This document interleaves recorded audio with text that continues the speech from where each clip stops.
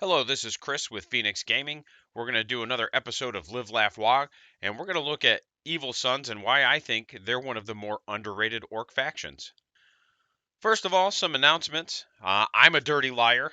I had said that I was going to do nothing but Drukhari all year, and I need a break from it. I've done multiple events so far this year. The army is draining me mentally in a lot of ways, and having to focus so much on being perfect every game has really kind of taken some of the fun out of it. And I also got a bunch of orcs in a big lot that helped me rebuild my orc army, so I'm just really anxious to get some of those on the table. So I'm going to do a couple of events with my boys before I jump back into Drukhari, just so I can get a little break. Big shout out again to militarygamingcommand.org. I've been preaching it and I've been preaching it. So if you need to know what they do, just go to the website. Awesome, awesome nonprofit. And big thanks for subscribing. Most of my views come from subscribers. My subscribers are growing pretty steadily. This community that we are building is amazing, and I just want to say I appreciate each and every one of you. So let's talk about Evil Sunz and what they do. So their culture bonus, they get to add 1 to movement. They add 2 to movement instead if it's a speed freaks. They add 1 to advance rules, and this will include auto advance rules. That is stated in the core rules. And there's no penalty to advance and shoot assault weapons. The relic is Rezmekkas Redder Paint, which gives you plus 2 inches to movement, and everything within engagement range fights last. Their Warlord trait is faster than Yooz. Select 1 core unit within 6 inches in the command phase. That unit can advance and charge. And then their strat is By Dakka. A Speed Freaks unit can move at the end of the shooting phase, regardless of whether or not it shoots. So let's talk about Rezmekkas Redder Paint. It's one of the, if not the only, fight last interaction in a melee-centric codex and army. There might be something in the Blood Axe supplement stuff, but to the best of my knowledge, without literally rereading the whole book right now, that's it. That's the only fight last interaction they have. It is one of the best relics in the codex. Giving everything within engagement range fight last is really good. The extra 2 inches of movement is really good. It gets your War Boss and Mega Armor 8 inches of movement because you get to add 1 for Evil Sunz and then 2 for Paint, and 5 plus 3 is 8. You can put it on a Biker Boss and let them move 18. Or my favorite is to slap it on a Beast Boss on Squigosaur, and then that handsome lad will move 13 inches. And he's not terrifying, but again, a lot of the orc characters are at least respectable enough in melee that your enemy has to account for them. Faster than Yooz is a pretty good warlord trait. Aside from your once per game army-wide advance and charge, again, to the best of my knowledge, without rereading the whole book cover to cover, it's the only source of advance and charge in the codex, which again seems really weird for a very melee-centric army to not have anything that gives you any kind of advance and charge interaction outside of your once per game interaction. It's really good on a support character that you can keep your speedy units next to. So if you got a weird boy, you want to put bikes and storm boys and stuff around him so he can warpath and slingshot them up the table. Warpath just gives you a bonus attack. So if you've got 10 storm boys, you can hit them with Warpath, and you can advance and charge, and it's going to be 40 dice coming out of them. They'll at least do some damage. Depending on what you tag, they could wreck shop pretty well. And then this will also help you with scoring your secondaries. Like if you take behind enemy lines or engage on all fronts, it gives you the ability to advance and charge to get that extra movement, plus your pylons and consolidate, so you can kind of finagle it to get into engagement or deployment zones or quarters. And then the strat By Dakka is a really good strat also. You pick a Speed Freaks unit and it can move in the shooting phase. It's actually at the end of the shooting phase. So you can just move, shoot, move, or just double move because you get to move and then move in the shooting phase. You cannot charge if you use it, which is pretty fair because it's a full move. It's not like the Craft World or Drukhari one where it's limited to 7 inches, and it's not 2 command points, it's only 1. But I think the reason it's only 1 is because it's faction locked and because you can't charge. Like, I think those 2 things are why it's only 1 command point. It does mean if you've got Koptas, they are speed freaks. They can move 32 inches in a single turn, which allows you to either jump out and shoot and then duck back behind cover, or get into an enemy deployment zone for some early behind enemy lines action, or even late behind enemy lines action. So there's a lot of utility for this strat, and it is only one command point. And for those that have played against orcs or played with orcs, they know, man, most of the strats in this codex are 2 command points, and most of them are just not great. So let's talk about why Evil Sunz are so quote-unquote bad. They have a 25%-ish win rate according to Goonhammer right now, but why is that? Right? I'm here telling you they are good, or at least really playable, but they have a 25% win rate. Why do we see that kind of win rate? I think, but I haven't confirmed because I don't like digging through lists. I'll be honest, I hate it.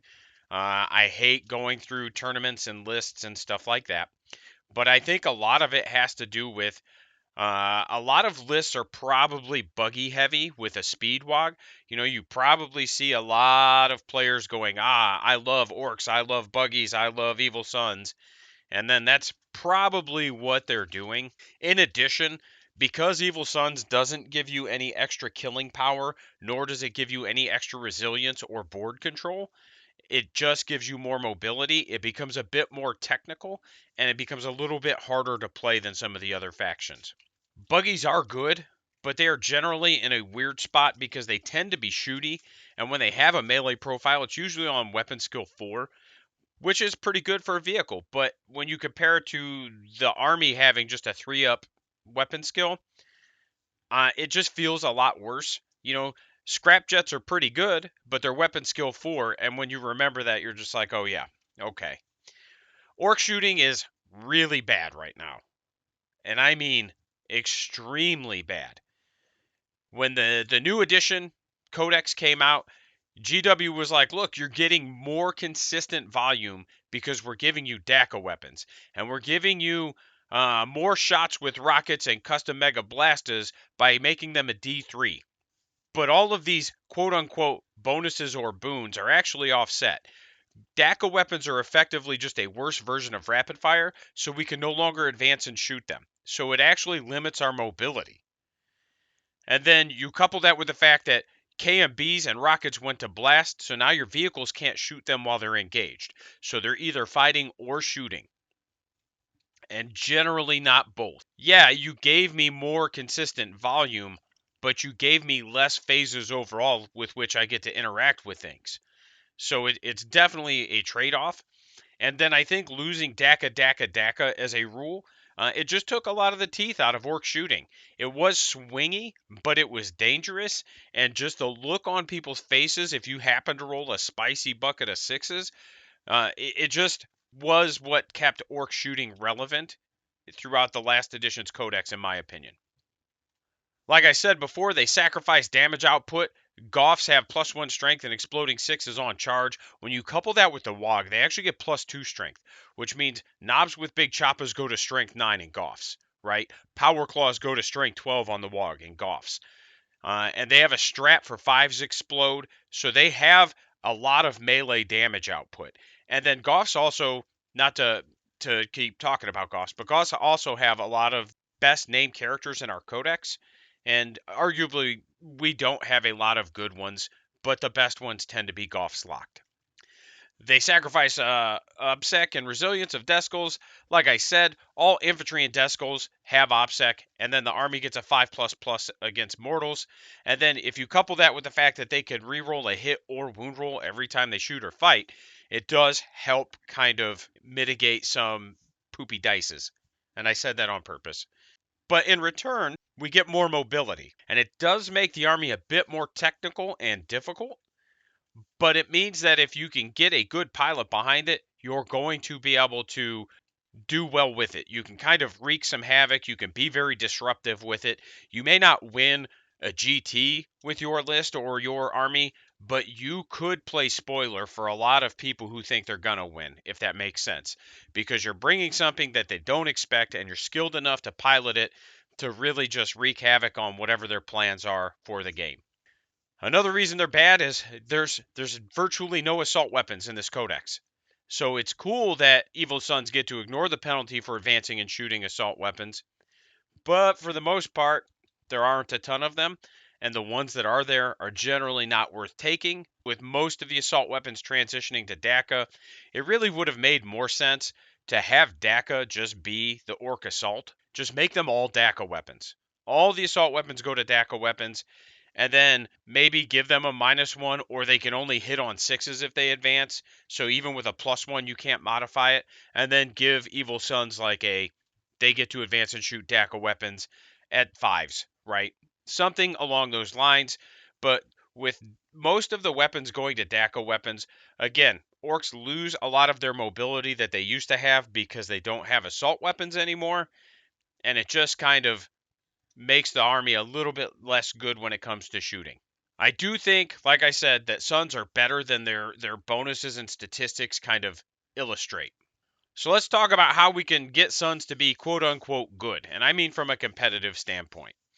First of all, we need to step away from what the current concept of what an Evil Sunz army should be, and we need to talk about what it could be. The Orcs of Omen, there it is. I'm not going to edit that out for you guys. The Arks of Omen detachment allows for a lot of creativity, and there are certain secondaries that can be scored well with this army. We're going to talk about one list concept that I've had, and I've play tested it a few games. I'm going to get some more games in soon here. It is taking the fast attack as my compulsory. We've got a war boss as my warlord, and so I don't care what anybody says. I'm almost never taking a speedwog at this point. I don't get the invuln. I don't get any strength bonuses. I get extra shots, but we just talked about why I think orc shooting is really bad. So why would I spec into orc shooting so I could just keep being bad? There are probably ways to build into it to get it to feel a lot better, but that's not a discussion for today. That's a discussion for another video. War boss is your warlord. You can take the one in mega armor. It doesn't really make a difference. He's only there to declare the wog and then to slam into units. Okay. My preference is the mega armor. I like the 2-up save, the extra wounds, and everything that comes along with it. And I always give him Rezmekkas red or paint. And that's what I mean by slamming him into units. He's going to move 8 inches and he's going to make everything fight last. So you want to try to position him in a way where your important charges are where he's going so he can make sure your opponent can't interrupt. I did give mine faster than Yooz so that everything around him I can keep relevant and keep charging. He's not terrifying without his relics and warlord traits, but like I said, your opponents are generally going to need to respect him. There's a few exceptions. There's going to be some armies out there that just don't care. You're going to slam him into something, and they're just going to be like, yeah, okay, he's not doing anything to me. But generally speaking, he puts out enough dice, and it's strong enough that he's going to chip damage, do wounds, kill models, etc. Like I said, with faster than Yooz, I'd probably keep some Storm Boys or some bikes around him and just kind of keep slingshotting them up the board. A Death Kill, a War Trike, which can be changed with a War Boss on bike. It doesn't really matter. These serve one specific role, and that's it. So in my current iteration of the list, I have a Death Kill, a War Trike, and he has Roadkiller, which is a Warlord trait, I believe. I can't remember if it's Warlord trait or Relic, but he has it. And that's when he charges on a 2-up, you do a D3 Mortals. And then he's got Shaka Hull, and that's after any enemy resolves attacks, you roll a die on a 2-up, do a D3 Mortals. Okay, so you can ramming speed it into one unit and have the potential to do 3 D3 mortal wounds in a single charge fight phase. And so his role is to just play disruption. If your opponent leaves something soft, exposed just a little bit, especially when you declare your WOG, this thing is going to clear 26 inches and be able to charge, and you can ramming speed him if you have the command points. So it's one of those where that is the role that this lad has. He's just screaming into things to be disruptive, to tie up backfield objectives, to force vehicles, for example, to either fall back or dump their shots into it. It's one of those where that's all it's there for. It's not there to be scary. It's not there to necessarily do a lot of damage. It's there to harass and support. I got 2 units of Grots. Orc troops are just, they're bad. That's all I'm going to say on it. I've said it before. Orc boys, in my opinion, are some of the worst troops in the game right now. And I don't see that changing. For elites, I've got a unit of 5 commandos. I've got a unit of 5 mega knobs. And you can either give them the Scorcha and Claw or dub saws. It doesn't really matter. The plan is for it to go into the hard-cased T8 battle wagon. So if you want a couple rounds of shooting with flamers, knock yourself out. If you don't, knock yourself out and take the double saws and get extra attacks. Again, it's not super relevant. They're there as a good melee damage dealer and as a fairly resilient unit for your army. There's also 10 knobs with big choppas, and when big choppas became a free upgrade and Armor of Contempt went away, these became very good. They're strength 8 on the WOG, and you're going to throw so many dice. It's on the WOG, you're going to throw 40 big choppas and then 10 choppas. So you're throwing 50 dice out of that unit. They are strength 8 on the WOG, and they're just going to go in the battle wagon with the Mega Knobs or on the table. You could do it either way, right? Everything can be on the table to get advance and charge. It does not matter. It is your preference. And then the commandos, you don't give them anything. You just forward deploy them for a move block, or you can get the good bits early if you go first. It lets you kind of forward deploy onto an objective if that's your game plan. I played against a Votan player, and I used them to screen his bikes because his bikes have to end their pre-game movement 9 inches away from my models. So I just screened a big chunk of the middle so he couldn't end within 9 inches of the middle on his pre-game move, and it just forced him to have to stay away from me and then move into me on his turn. So commandos to me are just a utility unit. You need at least one unit of 5 in almost every list you make. I feel like you're doing yourself a disservice if you don't have them just because of their potential to move block things and keep your opponent from pre-game moving up your butt. Fast attacks. Here's the meat and potatoes of our list. We've got 2x4 Koptas. You can score a lot of secondaries with these. Rockets are still some of the better anti-tank shooting that we have access to into the Codex. I think they feel a little bit more lackluster later in the edition with -2 AP and being ballistic skill 5 and no exploding 6s, and they can't shoot while engaged. All these things kind of hold them back from being as good as they were when they first came out. But they weren't even talked about when they first came out. Everybody was high on the jets and the squig buggies. They are speed freaks. They can do drive-by Dakka for 32 inches of movement. And like I said, so you can bounce them out. You can throw 8 D3 rocket shots at somebody and then bounce them back if that's what you want to do. They are vehicles, and they don't have incredible melee, but they put out a lot of dice, and they are -1 AP. So what's really cool is that on the WOG, it's 9 attacks per Kopta, so a unit of 4 of them is 36 attacks, and they're strength 6 on the WOG. So you're wounding almost every infantry in this game on 3s. And at -1 AP, that's enough dice.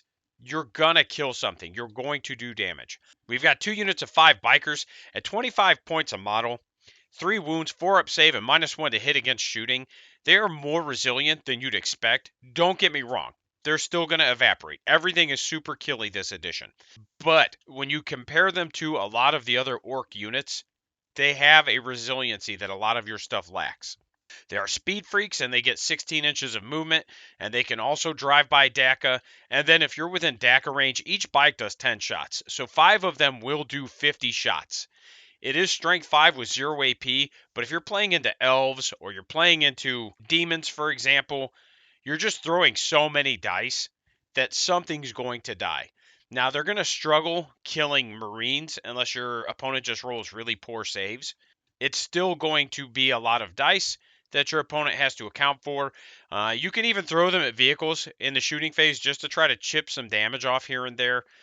Because if you think about it this way, if you've got 2 units of 5 bikers and they both shoot at the same unit, that's 100 dice. That's on average 33 hits. And even on 5s, that's going to be on average 11 wounds. And if they have a 3-up save, you're still going to average 2 to 3 damage. It's not amazing, but it's not terrible, and it's better than nothing. We do have a unit of 10 Storm Boys. So the reason we've got those in there is they're core, and they move 13 inches with a 7-inch advance, and it's an auto advance.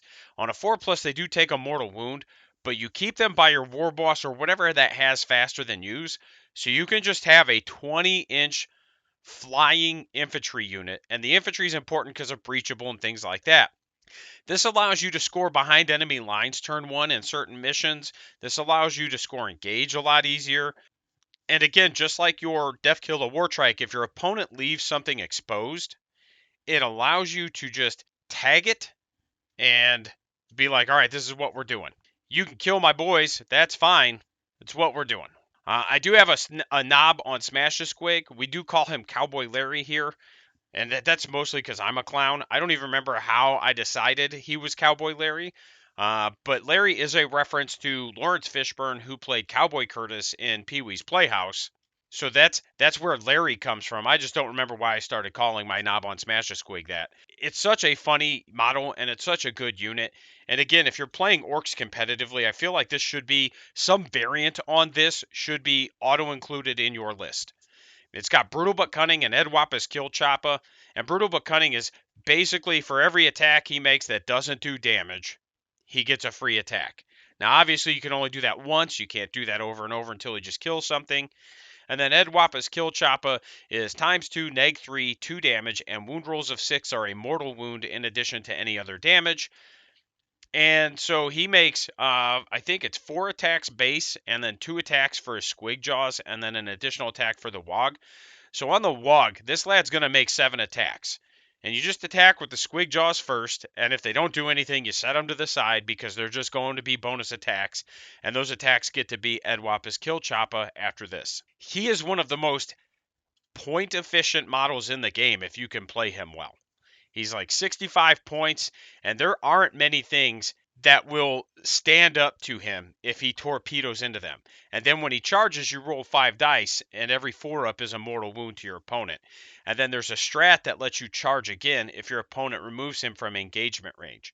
So if your positioning with him is good, you're able to do a lot of damage with him. And a good example of that would be, I believe this was a game. It was the game into Chaos Space Marines that I played.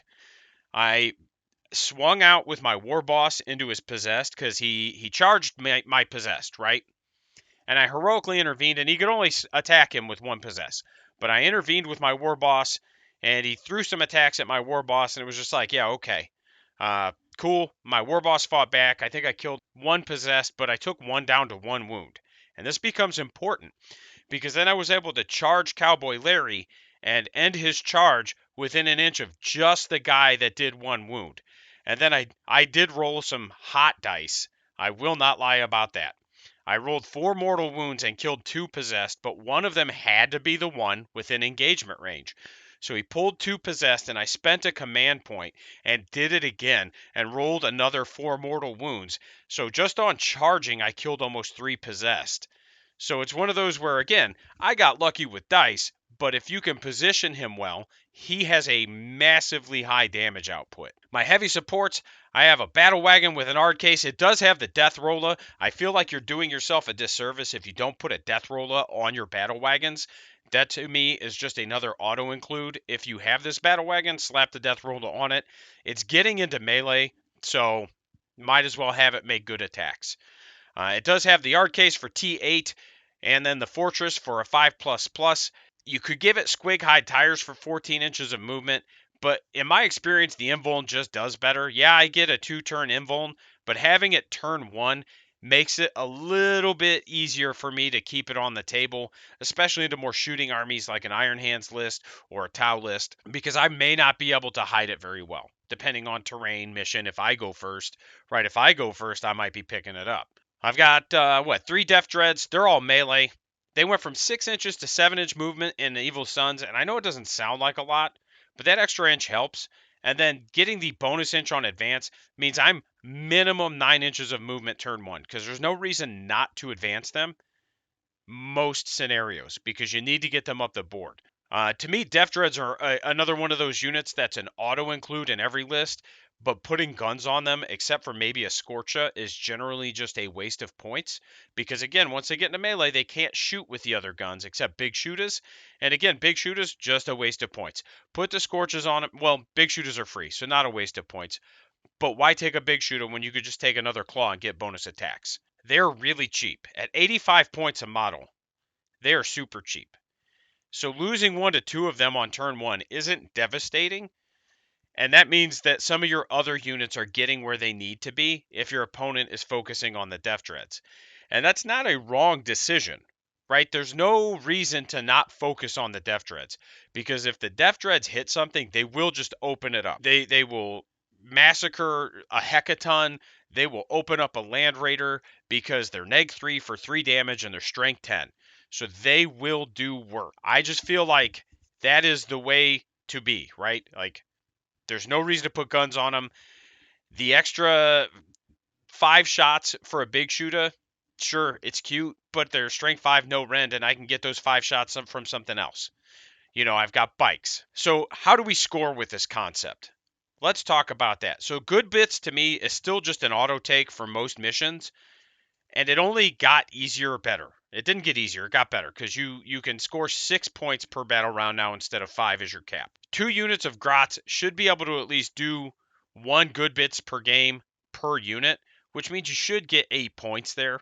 You really should. And if you've got a unit of commandos, if you forward deploy them close to an objective and you end up going first, you can at least start the good bits on your turn before the commandos get killed. And then that could actually help try to force an opponent to come hit the commandos if you position them well, just so they can try to deny that scoring. Bikes are fast enough that they can scoot and do it, because if I remember right, it's just core units can do the good bits. So it's one of those where 16 inches of movement, you can kind of position them to help do it. In the couple games that I've played, I've scored pretty well on good bits. Like I said, it is effectively still an auto take. If you don't want to do good bits, that's fine. There's other things you could do with this build. I just feel like in most cases, as long as you've got 2 units of Gretchen, there's no reason not to. There's some shenanigans you can do with your battle wagons in order to kind of cheese some extra movement for your Gretchen. If you put the Gretchen in the battle wagon, you get out wholly within 3, so you basically get 3 extra inches of movement with them, and then move them their 5 inches, so you could effectively get about 8 inches of movement to be able to tag an objective. And then once they've disembarked and moved, you can put your other things into the battle wagon, and then the battle wagon can still move. So there's a lot of ways to kind of cheese your movement and get some extra movement there so you can tag the objectives you need to tag. I think behind enemy lines or engage has been pretty good. I've only run behind enemy lines so far, and I've done well with it.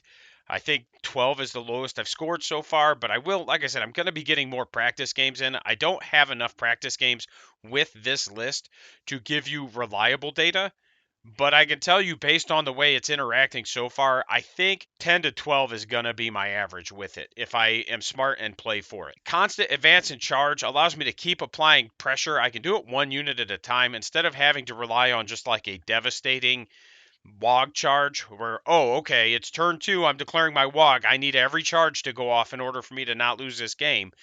Having faster than Yooz does allow me to do it 1 unit at a time to apply pressure. Like I said, I can jump my Storm Boys 20 inches, and my bikes can go 23. So there's a lot of good movement there, or mobility there, that I wouldn't have normally. And then every game I've played so far, I've been able to take an enemy specific one, which I know won't always be the case, but I've been able to take Bring It Down or Assassinate. I'll have more test games, like I said, Thursday and probably Saturday. We will see. A couple things I did want to talk about. Like I said, with the Storm Boys, I did play a Chaos Space Marine player. He was bringing some demons. I have historically played very poorly into this list with my Drukhari. I got to play it with my Orks, and I did very well into it. We were playing Conversion, which is the table quarters with the 9-inch bubble in the middle, and I didn't go first. I got to go second. And really, what really sealed the deal for me was on my first turn, my Storm Boys moved 20 inches, and then it was a 3-inch charge to tag his demonettes that were on the back objective. And then once they tagged the objective on his deployment zone, I wiped them, was able to touch the objective and take it from him because he only had a chaos spawn on it with the demonettes, and I got like a couple of my Storm Boys on it, took it from him to prevent primaries, and then got to consolidate into one of his land raiders, because he had 2 land raiders in the list. His land raider just got stuck. It was literally stuck there, because if he falls back with it, he's not shooting. If he stays there with it, he's only shooting at the Storm Boys. So it was one of those where it was kind of a catch-22 for him, and I don't think he was wrong for staying engaged. I think me having him stuck in that position is what did the work, right? So that extra mobility has been super important. I was able to score 4 points on behind enemy lines on my first turn because of the advance and charge on the Storm Boys, and then I just planted Koptas in his deployment zone. And really, I just treated my Koptas as a throwaway unit that game. I was just like, here you go. I've got another one in reserve. These guys are scoring me points, and that's what matters. And really, what ended up happening was he ended up staying in his deployment zone so that he could make sure those Koptas died. Because if they don't die, I'm going to wreak havoc on him with them, and he knows it. So again, like, I don't think I'd do that with every matchup, but that matchup specifically, it worked very well. I do want to give a shout out to my Immortals, Captain Too Tall, the real Donnie G, Lord Wellingstone. I know I'm going to see some of you lads this weekend at the tournament. We will see which one of you are going to be there. I know some of you couldn't make it.